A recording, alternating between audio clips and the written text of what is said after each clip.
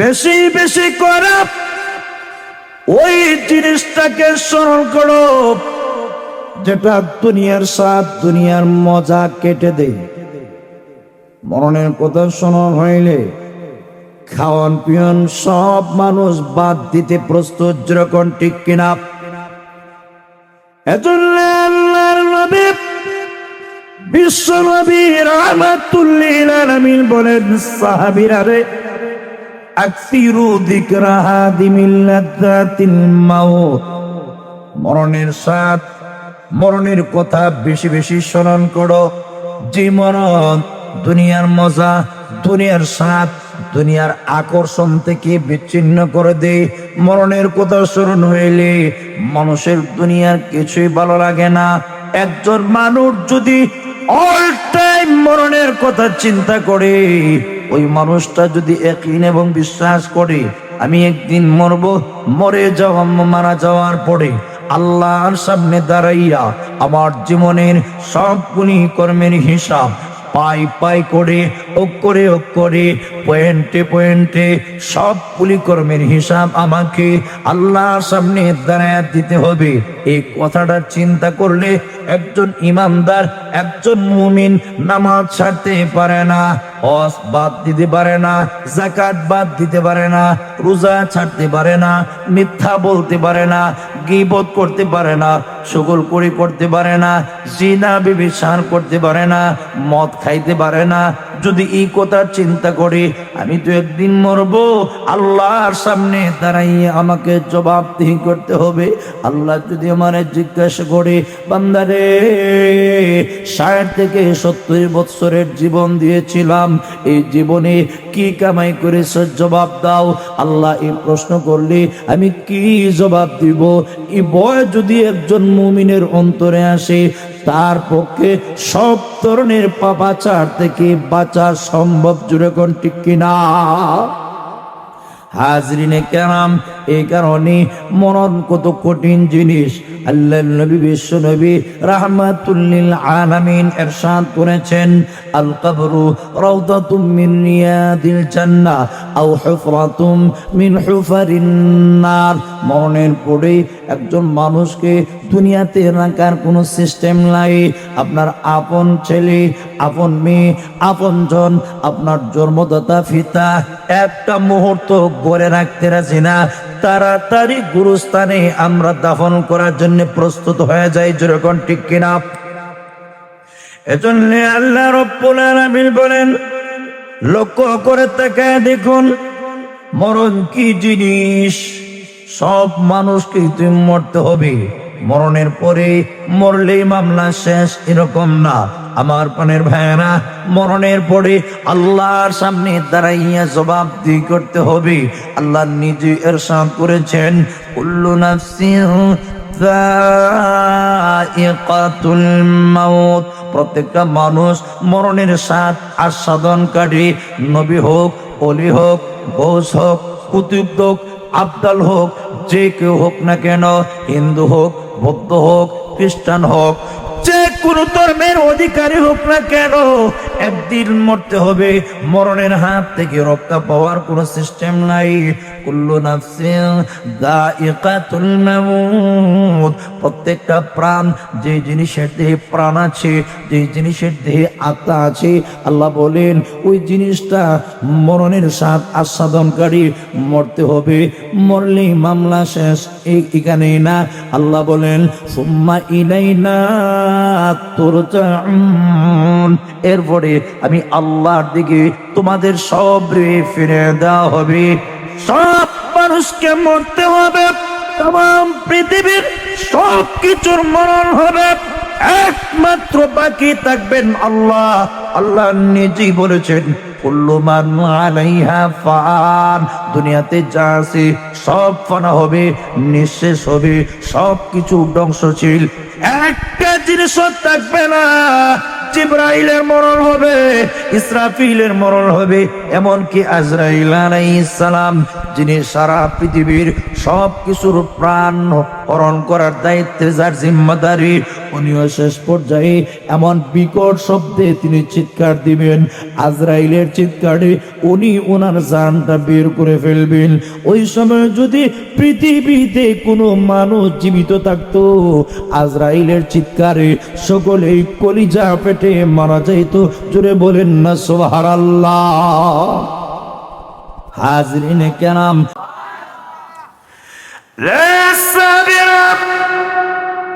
দুইজন ফেরেশতা কবরস্থ ব্যক্তিকে কবর থেকে উঠাইয়া সর্বপ্রথম যে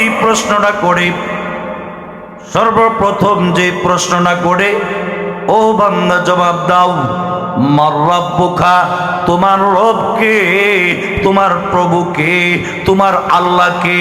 হাজরিনে কেরাম, বান্দা যদি দুনিয়াতে আল্লাহর বিধান পালন করে থাকে, 5 ওয়াক্ত নামাজ সময় মতো পড়ে থাকে, আল্লাহর গোলামি করে দুনিয়া থেকে বিদায় গ্রহণ করে থাকে, 60 থেকে 70 বছরের জীবনটা যদি সুন্দর করে এই পৃথিবী থেকে বিদায় গ্রহণ করতে পারে, আল্লাহ নবী বলেন বান্দার জবান দিয়া অটো বের হয়ে আসবে রব্বি আল্লাহ।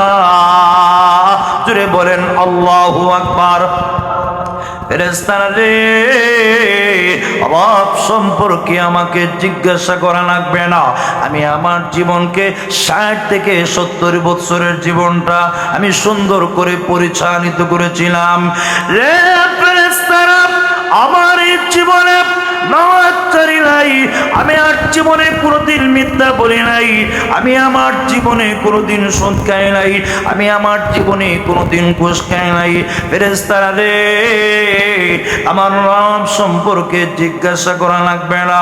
শোনো শোনো, রব্বি আল্লাহ, আমার রব হচ্ছেন আল্লাহ। আমি দুনিয়াতে ধর্ম নিরপেক্ষতা বিশ্বাসী ছিলাম না, একমাত্র আল্লাহকে রব বলে বিশ্বাস করতাম, প্রভুকে মালিক হিসাবে মেনে নিতাম। আমার জীবনের সব কিছুর চাহিদা, কামনা, বাসনা পূরণ করার মালিক একমাত্র আল্লাহকে আমি ইয়াকিন করতাম, বিশ্বাস করতাম।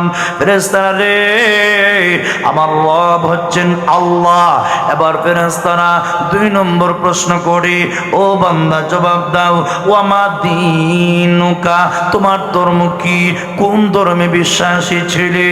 তুমি কি ধর্ম নিরপেক্ষতা বিশ্বাসী ছিলে, না ইসলাম ধর্মকে নিজের সবচাইতে প্রিয় ধর্ম হিসাবে মেনে নিয়েছিলে? যে মাত্র ফেরেশতা বান্দাকে এই প্রশ্নটা করবে, হাজরিনে কেরাম, ইমানদার হইলে, মুমিন হইলে অটো জবান দিয়ে বের হয়ে যাবে দ্বীনি আল ইসলাম। জোরে আওয়াজ দিয়ে বলুন সুবহানাল্লাহ। আমার ধর্ম হচ্ছে ইসলাম, আমি ইসলামকে আমার জীবনের ধর্ম হিসাবে মেনে নিয়েছিলাম। আমি আর কোনো ধর্মে বিশ্বাসী ছিলাম না, আমি একমাত্র ইসলামই সঠিক ধর্ম বিশ্বাস করতাম। ইসলামের যাবতীয় বিধান, করণীয় বিধানগুলি আমি পালন করতাম, বর্জনীয় বিধানগুলি আমি বর্জন করতাম। এইমাত্র বান্দা দ্বিতীয় প্রশ্নের জবাবটা দিয়ে দিবে, নবী বলেন এবার ফেরেশতারা 3 নম্বর আর একটা প্রশ্ন করে বসে, ওমান হাদার রাজুলুল্লাযী বুইসা ফীকুম, ওই লোকটারে চিনুনি যাকে তোমাদের কাছে প্রেরণ করা হয়েছিল?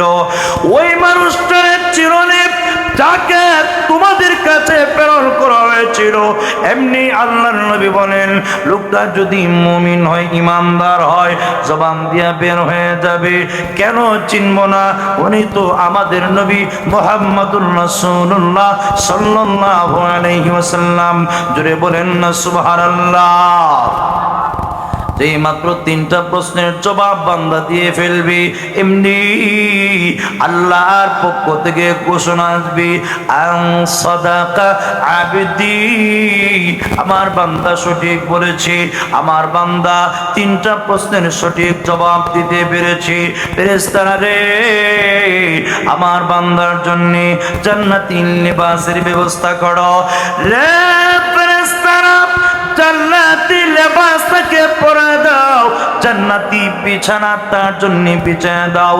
শুধু তাই নয়, দৃষ্টির শেষ সীমানা পর্যন্ত তার কবরটারে প্রশস্ত করে দাও, জান্নাতের সাথে তার কবরটারে সংযোগ করে দাও। নবী বলেন এই অবস্থায় জান্নাতের সাথে তার কবরটারে সংযোগ করে দেওয়া হয়, জান্নাতের লেবাস পরিধান করে দেওয়া হয়, আর জান্নাতি বিছানা বিছায়া দেওয়া হয়। নবী বলেন জান্নাতের সুবাতাস, মজার মজার বাতাস জান্নাত থেকে বান্দার কবর পর্যন্ত চলে আসে। আল্লাহু আকবার। এই অবস্থায় বান্দা কিয়ামত পর্যন্ত, ইসরাফিলের সিংহাসন পর্যন্ত কবরের মধ্যে আরামের সাথে জিন্দেগি যাপন করবে। জুড়ে বলেন না সুবহানাল্লাহ। আল্লাহর নবী বলেন অপর দিক দিয়া একজন কাফির অথবা পাপিষ্ঠ, তাকে যখন ফেরেশতারা প্রশ্ন করে, ও বেঈমান জবাব দে, আল্লাহর বান্দারে জবাব দে, মান রাব্বুকা, তোমার রব কে, তোমার আল্লাহ কে? নাফরমান জবাব দিব, হা হা লা আদরি, হায় রে আমার পুরা কপাল, আফসোস আমি জানি না আমার রব কে। লোকে যা বলতো আমিও বলতাম, মানুষে আল্লাহ কইতো আমি না বুঝা আল্লাহ কইতাম, আমি জানি না আমার রবকে, আমার পালনে বানাকে আমি জানি না। হায় রে আমার পুরা কপাল, আমি নামাজ পড়ি নাই, আমি রোজা রাখি নাই, আমি হজ করি নাই, আমি যাকাত দেই নাই, আমি বিশ্বাস করি নাই নবী রাসূলকে, আমি কোরআন সুন্নাহ কিন করি নাই, বিশ্বাস করি নাই। আমার মতো কপাল পুরা বুঝি কেউ নাই। আহারে আমি জানি না আমার রবকে। নবী বলেন 2 নম্বর প্রশ্ন করা হয়, ওয়ামা দিনুকা, ওরে জালিম জবাব দে রে, তোর নবীকে, তোর পয়গম্বরকে। ওই সময়ে জবাব দিব, হা হা লা আদরি, হায় রে আমার পুরো কপাল, আমি জানি না আমার নবীকে, আমি জানি না আমার পয়গম্বরকে, আমি আমার নবীর কথা মানতাম না, আমি আমার নবীর কথা বিশ্বাস করতাম না, নবীর ইন্তেকালের পরে নায়েবে নবীদের কথা আমি মানতাম না, আমি ইয়াকিন করতাম না, বিশ্বাস করতাম না। আমার মতো কপাল পুরা বুঝি আল্লাহর জমিনে আকাশের নিচে কেউ নাই। আরে আফসোস করবে কিন্তু কোন কাজে আসবে না। এরপরে 3 নম্বর প্রশ্ন করা হবে, ওরে জালিম জবাব দে, ওমান হাদার রাজুলুল্লাযী বুইসা ফীকুম, ওই লোকটারে চিরুনি যাকে তোমাদের মধ্যে প্রেরণ করা হয়েছিল। জালিম তো কোনো জবাব দিবে, হা হা লা আদরি, লা আদরি, হায় রে আমার আফসোস আমি জানি না ওই লোকটাকে, তার পরিচয় কে, তার ঠিকানা কোথায় আমি জানি না। এই 3টা প্রশ্নের জবাব যখন দিতে পারবে না, আল্লাহর পক্ষ থেকে ঘোষণা আসবে, আনকাদাবা, আনকাদাবা, এই জালিম মিথ্যা বলেছে। আল্লাহ আগে বলেছেন আমার বান্দা সত্য বলেছে। এখানে এবার আল্লাহ আমার বান্দা কয়ে ডাকতে নাই, আল্লাহ ডাক দিয়ে কয় এই জালিমই মিথ্যা বলেছে। এজন্য ফেরেশতারা রে আর দেরি করো না, জাহান্নামের লেবাস জালিমকে পরায়া দাও, জাহান্নামের বিছানা বিছায়া দাও, জাহান্নামের সাথে তার কবরটারে সংযোগ করে দাও। জোরে আওয়াজ দিয়ে বলুন নাউজুবিল্লাহ। শুধু তাই নয় রে ফেরেশতারা, ওই জালিমের কবরটারে একদম সংকীর্ণ করে দাও। নবী বলেন চতুর্দিক দিয়ে কবরটা সংকীর্ণ করে দেওয়া হবে। কবরটা এত জোরে চাপ দিবে, নবী বলেন এক পাঁজরের হাড়গুলি অপর পাঁজরের ভিতরে ঢুকে যাবে, এমন জোরে চিৎকার দিবে। বিশ্ব নবী রাহমাতুল লিল আলামিন বলেন দুনিয়াতে উত্তর থেকে দক্ষিণ, পূর্ব থেকে পশ্চিম, বাইরুত তাকালাইল, জিন এবং ইনসান ছাড়া তামাম পৃথিবীর সবগুলি মাখলুক ওই জালিমের চিৎকার শুনতে পায়। জোরে আওয়াজ দেয়া বলুন না নাউজুবিল্লাহ। হাজরিনে কেরাম, এই কারণে এই কবর জগতের কথা চিন্তা করে আমাদেরকে আল্লাহর গোলামি করার দরকার আছে কিনা নাই? আর যেরকম আছে কিনা নাই? হাজরিনে কেরাম, যদি 60 থেকে 70 বছরের জীবনটা সুন্দর করতে পারি, আল্লাহু আকবার, মরণের পরেই একটার পর আরেকটা নিয়ামত, মরণের আগেই নূরানি জগতের ফেরেশতারা যদি আপনার জীবনটা সুন্দর করে থাকেন, নামাজ পড়ে থাকেন, রোজা রাইখা থাকেন, হজ করে থাকেন, যাকাত দিয়ে থাকেন, এই অবস্থায় ফেরেশতারা আল্লাহু আকবার, হযরত আজরাইল আলাইহিস সালাম ফেরেশতার বিশাল বড় বহর নিয়া, নূরানি জগতের ফেরেশতার বহর নিয়া আপনার কাছে আইসা আওয়াজ দিব, জান্নাতের সবই তার হাতে থাকবে, আর ডাক দিয়ে বলবে, টেনশন করিস না, ভয় পাস না, আয় ইরজিই ইলা রাব্বিকি রাদিয়াতাম মারদিয়া। জোরে চিৎকার দিয়ে বলুন সুবহানাল্লাহ। প্রশান্ত মন, ইয়া আইয়াতুহান নাফসুল মুতমাইন্না ইরজিই ইলা রাব্বিকি রাদিয়াতাম মারদিয়া। ও প্রশান্ত মন, নফসে মুতমাইন্না, প্রশান্ত মন, যে মনে আল্লাহর জিকির করেছে, যে আত্মা আল্লাহর নাম উচ্চারণ করেছে, ও ভাই মুমিন তো দুনিয়ার আর কোনো জিনিসে শান্তি পায় না। মুমিনের অন্তর একটা জিনিসে অশান্তি লাভ করে, আলা বিযিক্রিল্লাহি তাতমাইন্নুল কুলুব। খবরদার, মুমিনের অন্তর আল্লাহর জিকিরের মাধ্যমে প্রশান্তি লাভ করে। গান শুনলে আরাম পায় না, শোনা বন্ধু, গান শুনলে আরাম পায় না। ওই মমতাজ, রুনা লায়লা, এন্ড্রু কিশোর, আরো যত যত আপন মন আছে, একটার গান শুনলেও মনের মধ্যে হারাম তো দূরের কথা, বেচাইনি, অস্থিরতা, বেকরারি, বায়রানি বেড়ে যায়। কিন্তু মুমিন জন আল্লাহর নামের তাসবিহ পড়ে, আল্লাহর নাম উচ্চারণ করে, আল্লাহ আল্লাহ সুবহানাল্লাহ আলহামদুলিল্লাহ আল্লাহু আকবার জন জবান দিয়ে উচ্চারণ করে, মুমিন সারা দুনিয়ার সব কিছুর চাইতে আল্লাহর নাম উচ্চারণ করার দ্বারা মনের মধ্যে প্রশান্তি লাভ করে, আরাম লাভ করে। এই অবস্থায় যখন দুনিয়া থেকে বিদায় গ্রহণ করে, আল্লাহর পক্ষ থেকে নূরানি জগতের ফেরেশতারা জান কবজের টাইমে আইসা আওয়াজ দিব, ইয়া আইয়াতুহান নাফসুল মুতমাইন্না। ও প্রশান্ত মন, ও প্রশান্ত আত্মা, দুনিয়াতে বড় কষ্ট করেছ, দুনিয়াতে বড় কষ্ট করেছ, শেষ রজনীতে তাহাজ্জুদের সালাত আদায় করতে বড় কষ্ট করেছ, শীতের টাইমে ওযু করতে বড় কষ্ট করেছ, 60 থেকে 70 বছরের জীবন শরীয়তের লাগা মুখে লাগায় চলতে গিয়ে বহু কষ্টের সম্মুখীন হয়েছ, আর কষ্ট করা লাগবে না। ও প্রশান্ত মন, আয় ফিরে আয়, ইরজিই ইলা রাব্বিকি, আয় ফিরে আয়। কোন দিকে ফিরে আইবি? তোমার রবের দিকে ফিরে আয়, তোমার রবের দিকে ফিরে আয়। এর মানে কি? মুফাসসিরিনে কেরাম তার ব্যাখ্যায় উল্লেখ করেছেন, ইরজিই ইলা রাহমাতিল্লাহি আযজা ওয়া জাল, আয় ফিরে আয়, আল্লাহর রহমতের দিকে ফিরে আয়। ও বান্দা, তুই তো ছিলে আল্লাহর কাছে, দুনিয়াতে আল্লাহ 60 থেকে 70 বছরের জীবন দিয়া তোকে আল্লাহ নিকট করেছেন, চিরকাল থাকার জন্য নয়, সাময়িক সময়ের জন্যে বড় কষ্ট করেছ। মালিককে খুশি করতে গিয়ে ঝড় জুলুম নির্যাতনের শিকার হয়েছ, আয় ফিরে আয়, আল্লাহর রহমতের দিকে ফিরে আয়। রাদিয়াতাম মারদিয়া, টেনশন করিস না, মরণের পরে কি হবে ভয় করিস না। ও বান্দা, তোর জীবনে কোনো টেনশন নাই, পেরেশানি নাই। আল্লাহর পক্ষ থেকে এমন এমন নেয়ামত আল্লাহ রেখে দিয়েছেন, তুই দেখে সন্তুষ্ট হবে। মারদিয়া, আল্লাহ তোর উপর সন্তুষ্ট, তোকে সন্তুষ্ট করা হবে, তোকে এমন নেয়ামত দেওয়া হবে জীবনে কোনোদিন কল্পনা করস নাই। ও ভাই, আল্লাহ তো নিজেই বলেছেন, আ'দাতু লিইবাদিয়াস সালিহিন মা লা আইনুন রাআত ওয়ালা উযুনুন সামিআত ওয়ালা খাতারা আলা কলবি বাশার। জোরে আওয়াজ দিয়ে বলেন সুবহানাল্লাহ। আল্লাহ তো নিজেই বলেছেন, আল্লাহ আমাদের খালিক, আল্লাহ আমাদের মালিক, আল্লাহ আমাদের রব, আমাদের পাল্লেওয়ালা। আল্লাহ তো নিজেই বলেছেন, আমার নেককার বান্দা যারা, আমার ইমানদার বান্দা যারা, এদের জন্য আমি আল্লাহ জান্নাতের মধ্যে এমন মজার মজার আকর্ষণীয় নিয়ামত আমি আল্লাহ রেখে দিয়েছি। আল্লাহ বলেন, মা লা আইনুন রাত, যে নিয়ামত কোনো চোখ জীবনে কোনোদিন দেখে নাই, জীবনে কোনোদিন এমন মজার নিয়ামত আল্লাহ রেখে দিয়েছেন চোখ দিয়া জীবনে কোনোদিন দেখেন নাই। ওয়ালা উযুনুন সামিআত, কান দিয়া জীবনে কোনোদিন শ্রবণ করেন নাই এমন মজার মজার কণ্ঠে গান শুনবেন জান্নাতের হুর পরীরা।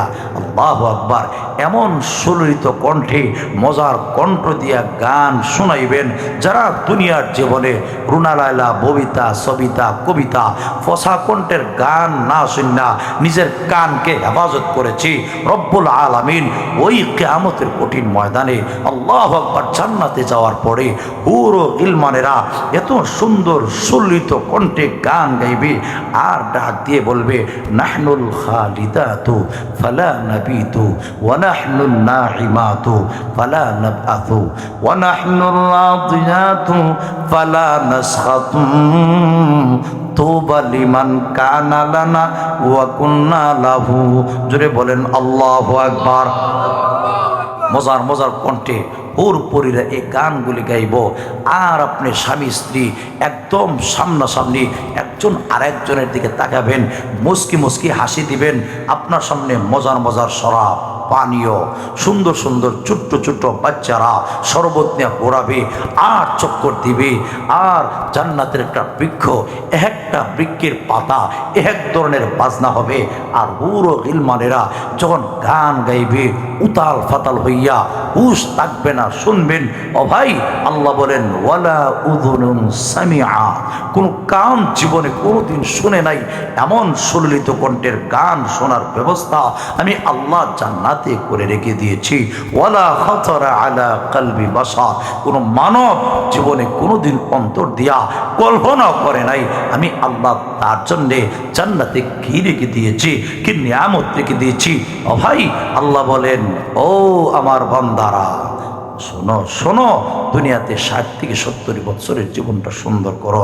যদি সুন্দর করতে পারো আমি আল্লাহ তোমার জন্য এমন নিয়ামত জান্নাতে রেখে দিয়েছি।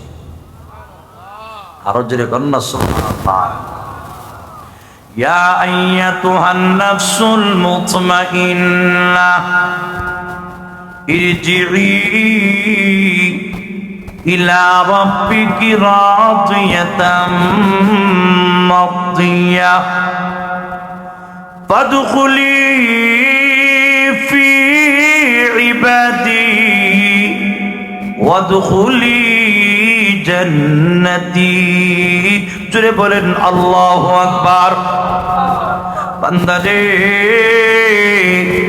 আয় ফিরে আয় রে বান্দা, আয় ফিরে আয়। ইয়া আইয়াতুহান নাফসুল মুতমাইন্নাহ, হে প্রশান্ত মন আয় ফিরে আয়। কোন দিকে ফিরে আয়? ইলা রাব্বিকি, তোমার রবের দিকে ফিরে আয়। বান্দারে রাদিয়াতাম মারদিয়া, তুই আল্লাহর উপরে খুশি, আল্লাহ তোর উপরে খুশি। তুই খুশি অবস্থায় আল্লাহর দিকে ফিরে আয়। আল্লাহর পক্ষ থেকে নিয়ামত দিয়া তোরে সন্তুষ্ট করা হবে। ফাদখুলি ফি ইবাদি, আমার নেককার বান্দাদের অন্তর্ভুক্ত হইয়া আমার বান্দাদের কাতারে শামিল হয়ে যাও। এর মানে হইল আমার নেককার বান্দারা আমার খুশি করার জন্য যে আমলগুলি করে জান্নাতের মালিক হয়েছে, আমার নেককার বান্দাদের সোহবত গ্রহণ করো, এদের মতো আমল করো, আমল করে আমার তৈরি জান্নাতের ভিতরে প্রবেশ করো। অপর দিক দিয়ে যদি আল্লাহর খুশি না করে দুনিয়া থেকে বিদায় গ্রহণ করি, নামাজ পড়ি না, রোজা রাখি না, হজ করি না, যাকাত দেই না, কোরবানি করি না, ওয়াজ হয় ঠিকই, ওয়াজের মাঝখান দিকে উঠে চলে যাই, আবার বাড়ির থেকে লেভের নিচে পয়সা মোল্লা বাড়ায় কি করে শুনি, যদি সুরটা ভালো হয় তাহলে যামো, আর না হয় যামো না। এমন হাসরত যাদের, এদেরকে নূরানি জগতের ফেরেশতারা না আইসা এরার সামনে কুচ্ছিত চেহারা নিয়া হাতের হইতে ডাক দিব, ইয়া আইয়াতুহান নাফসুল মুতমাইন্নাহ, ও নাফাকাত্তা আয় তোর রবের দিকে ফিরে আয়। ইরজিই ইলা রাব্বিকি সাখিতাতাম মাসখুতা। জোরে বলেন না নাউজুবিল্লাহ। আগে বলা হয়েছে আয় রবের দিকে ফিরে আয়। ইমানদারের বেলায় তোর জীবন কোনো দুঃখ নাই, কোনো টেনশন নাই, কোনো পেরেশানি নাই। নাফরমানের বেলায় বলা হবে ওরে নাফাকাত্তা, অভিশপ্তা, আয় তো রবের দিকে ফিরে আয়, রবের দিকে ফিরে আইবে আরামের জন্য নয়। তুই নারাজ অবস্থায় আসবি, তোকে নারাজ করা হবে, তোর সামনে এমন এমন আযাব করে রেখে দেওয়া হয়েছে জীবনে কোনোদিন কল্পনা করস নাই। নিয়ামতের বেলায় এমন নিয়ামত যেটা কোনোদিন কল্পনা করা হয় নাই, আযাবের বেলায় এমন আযাব যে আযাব জীবনে কোনোদিন কল্পনা করা হয় নাই। এজন্য আমার প্রাণের ভাইয়ারা, কবরে যাওয়ার আগে আগে কবরের সামানা প্রস্তুতকরণের দরকার আছে কিনা নাই? আরো যেরকম আছে কিনা নাই? তাই হাসিবু কাবলা আন তুহাসাবু, হিসাব নেওয়ার আগে আগে, আল্লাহর পক্ষ থেকে হিসাব নেওয়ার আগে আগে নিজের হিসাবটা আমরা প্রত্যেকে নিজে কইরা নিই। নিজের হিসাবটা নিজে কইরা নিলে রব্বুল আলামিন আমাদেরকে ছাড় দিবেন। ও ভাই, মান্নুর হিসাব ফাকাদ উদ্দিবা, আমাদের আশা থেকে রেওয়ায়ত, ওই কিয়ামতের কঠিন ময়দানে যার হিসাবটা কড়া ঘন্টা নেওয়া হবে, ওই লোকটা বাঁচার কোনো সিস্টেম থাকবে না, বাঁচার কোনো পদ্ধতি থাকবে না। ও ভাই, হঠাৎ করে মানুষ মারা যায়, সে কোন টাইমে মানুষ মারা যেতে পারে। আসার বেলা সিস্টেম আছে, সিরিয়াল আছে, যাওয়ার বেলায় কোনো সিস্টেম নাই, কোনো সিরিয়াল নাই। ও কলিজার টুকরা যুবক ভাইয়েরা, খুব ভালো করে শোনেন। যৌবনকাল আর শাবাবু জুনুনুন, মানুষের যৌবনকাল এটা পাগলামি।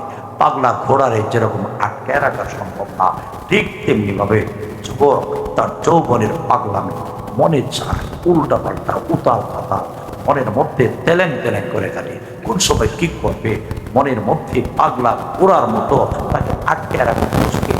আপনাদের ইমাম সাহেব মৌলানা হুসাইন আহমদ সাহেব আপনাদের এলাকায় সুযোগ্য একজন সমজদার বুদ্ধিমান আলেম পেয়েছেন। ওনার অভ্যাস হইল, ওনার একটা নজরিয়া, সমাজের যুবকটা যদি ভালো হয়ে যায়, উনি যেখানে ইমামতি করেন, যতটুকু জানি যুবকদেরকে উনি মেরাজ করার চেষ্টা করেন। কেন? উনি জানে সমাজের যুবক ভাইয়েরা যদি এরা ভালো হয়ে যায়, এরা যদি নামাজি হয়ে যায়, এরা যদি পরহেজগার হয়ে যায়, সমাজ পরিবর্তন একেবারে সহজ। সমাজের যুবকরা যদি ভালো না হয়, সমাজের যুবকরা যদি এদের খাসলত নষ্ট হয়ে যায়, মুরব্বীরা এরা এদেরকে সামাল দেওয়া সম্ভব না। উনি সব জায়গায় যুবকদের পিছনে প্রাণ ভরে, যুবকদেরকে নিজের আপন পায়ের মতো মহব্বত করে ভালোবেসে আগলে রেখে সঠিক পথে পরিচালনা করার চেষ্টা করেন। এখানেও যদ্য জানি যুবক ভাইদেরকে নেয়া এই যে এত সুন্দর সামিয়ানা, এত সুন্দর প্যান্ডাল করেছেন, এজন্য ইমাম সাহেবের হৃদয়ের গভীর থেকে অসংখ্য শুকরিয়া। আল্লাহ যেন ইমাম সাহেব হুজুরের ইলম ও আমল ও হায়াতে বরকত দান করেন। যে সমস্ত কলিজার টুকরা যুবক ভাইয়েরা এত সুন্দর পরিবেশ করেছেন, বলুন তো দেখি যুবকরা যদি এখানে গানের আয়োজন করত, এলাকার সব যুবকরা মিল্লা এরা যদি কইতো গান না কইরা ছাড়বো না, বলুন তো দিকে মুরব্বীরা এরা আটকাইবার কোনো ক্ষমতা ছিল? আরো যেরকম ছিল, কোনো ক্ষমতা ছিল না। ঘরের মধ্যে গিয়ে যদি কয় বেশি মারত না, সাইজ করে নিব, মুরব্বী এমনি ঠান্ডা, এখানে আর কিছু বলার ক্ষমতা থাকে না, যেরকম ঠিক কিনা? সামনে কিছু কইতো না, কইব যাও বাড়ি যাও, পরে গেলে বুঝাই কার সামনে কি কইছো। এই অবস্থায় ভাবে কইব বাবারে ইজ্জত নিয়ে টানা টানি। এখন তার মনে যা আসা তাই করো। যুবক ভাইয়েরা ইচ্ছা করলে গানের আয়োজন করতে পারতো, উলঙ্গ পেরাল্লাপনার আয়োজন করতে পারতো, কিন্তু সব বাদ দিয়ে এই কলিজার টুকরা যুবক ভাইগুলি এত সুন্দর কোরআন সুন্নাহর মাহফিলের আয়োজন করছে। এদেরকে ধন্যবাদ দেওয়ার দরকার আছে কিনা নাই? আরো যেরকম আছে কিনা নাই? হাজরিনে কেরাম, এই কারণে সমাজের যুবকরা যদি ভালো হয়ে যায়, এই যুবকগুলি খুব ফুর্তির সাথে আনন্দের সাথে কি সুন্দর করে ওলামায়ে কেরামদেরকে রিসিভ করতেছেন, আনন্দের সাথে খাওয়াচ্ছেন।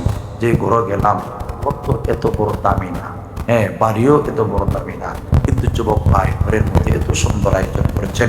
ওলামায়ে কেরামদেরকে কেমনে সম্মান করতে হয়, কিভাবে শ্রদ্ধা করতে হয়, সুন্দর করে শ্রদ্ধার সাথে খাবারের আয়োজন করেছেন, পরিবেশ করেছেন, সব কিছু করেছেন। দিল থেকে দোয়া করি আল্লাহ যেন আপনাদের গ্রামের প্রত্যেকটা যুবককে আল্লাহ আসক্ত নামাজ হিসাবে কবুল করেন। সকলে বলে আমিন।